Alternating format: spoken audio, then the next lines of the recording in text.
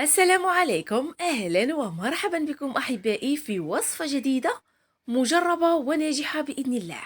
من الوصفات الطبيعية الناجحة جدا والمجربة لتقوية المناعة، علاج ضيق التنفس، السعال، الحمى، وكذلك تعمل بشكل كبير جدا على إزالة الانتفاخ، طرد الغازات وكذلك السموم المتراكمة بالذات. وصفة مجربة 100%، مفعولها قوي، كما وأنها تعتبر حبيباتي علاج فعال جدا لضيق التنفس ورفع المناعة. دائما حبيباتي ما عليكم إلا تتبع الفيديو معي إلى الأخير، وكذلك إذا كنتم أول مرة تشاهدون القناة لا تنسوا الانضمام بالضغط على الزر الأحمر وتفعيل الجرس من أجل أن تعم الفائدة ولكم كامل الأجر والثواب بإذن الله. بالنسبة للمكونات التي سوف نحتاجها أحبائي في تحضير هذه الوصفة الربانية والمعجزة سبحان الله في علاج مختلف الأمراض التي سبق ذكرها، خصوصا مع انتشار هذا الوباء وكذلك انتشار العدوى بشكل كبير جدا، فتبقى أحبائي الوقاية خير من العلاج مليون ألف مرة. فلذلك أحبائي سوف أشارك معكم هذه الوصفة المجربة مني شخصيا بعد تعرضي لمختلف الأعراض التي سبق ذكرها: الحمى الشديدة، فقدان حاسة الشم، التذوق، وآلام على مستوى الحنجرة، الجهاز الصدري، وخصوصا حبيباتي صعوبة شديدة في التنفس. أول مكون نحتاج أحبائي إلى الليمون الأخضر، وإذا لم يتوفر لديكم بإمكانكم استعمال ليمون أصفر. المهم استعمال الليمون، وكما تعلمون فلليمون دور فعال جدا في محاربة الفيروسات، انتشار العدوى، كذلك محاربة السعال، الحمى، وتقوية الجهاز المناعي.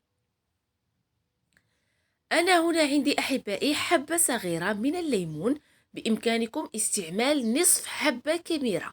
دائما لكم كامل الاختيار وعلى حسب المكونات المتواجدة لديكم. أقوم بإزالة العظام المتواجدة بحبة الليمون، ثم أقوم بإضافة البقدونس أو المعدنوس. هذا المكون الرائع جدا في طرد السموم على مستوى الأمعاء والمعدة، ينشط الدورة الدموية، يقوي المناعة، بالإضافة إلى احتوائه على نسبة كبيرة جدا من الفيتامينات المغذية للذات. كذلك يعمل على إعطاء نضارة وإشراقة للبشرة، تقوية المناعة بالدرجة الأولى بشكل كبير جدا. وبالنسبة للبقدونس أحبائي نقوم فقط بأخذ كمية صغيرة كما تشاهدون معي في الصورة. دائما المكونات والمقادير فهي مضبوطة، وهذه الكمية هي لشخص واحد وكأس واحد نقوم باستعماله مرة واحدة في اليوم.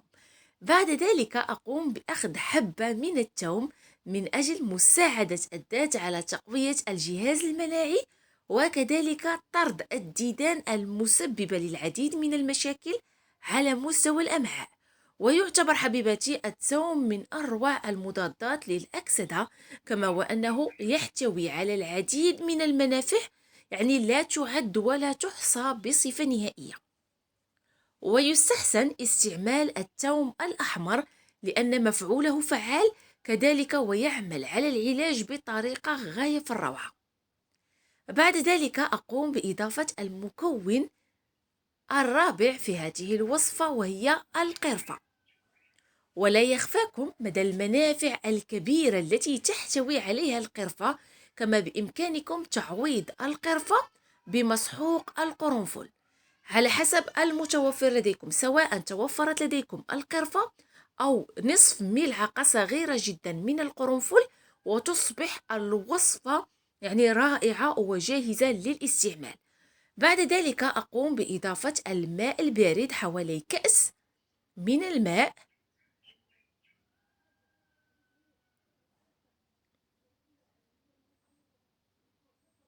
بعد ذلك أقوم بإضافة ملعقة من عسل النحل الطبيعي. بالنسبة للعسل حبيبتي فهو يمنع منعا كليا لكل مرضى السكري.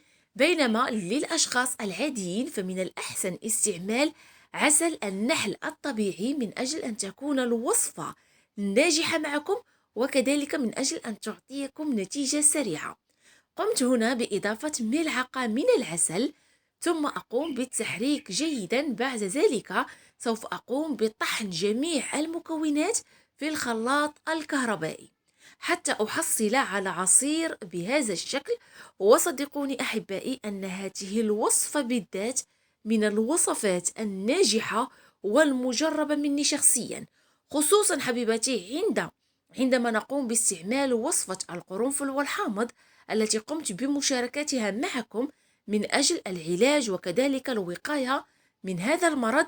فيستحسن بعد ذلك استعمال هذه الوصفة من أجل تقوية المناعة، وكذلك من أجل تحفيز الذات المقاومة، وكذلك على محاربة كافة الأمراض. بالنسبة لطريقة الاستعمال، تقومون أحبائي بشرب هذه الكأس على الريق يوميا على الأقل لمدة أسبوع، وصدقوني أن النتائج مذهلة ورائعة للغاية.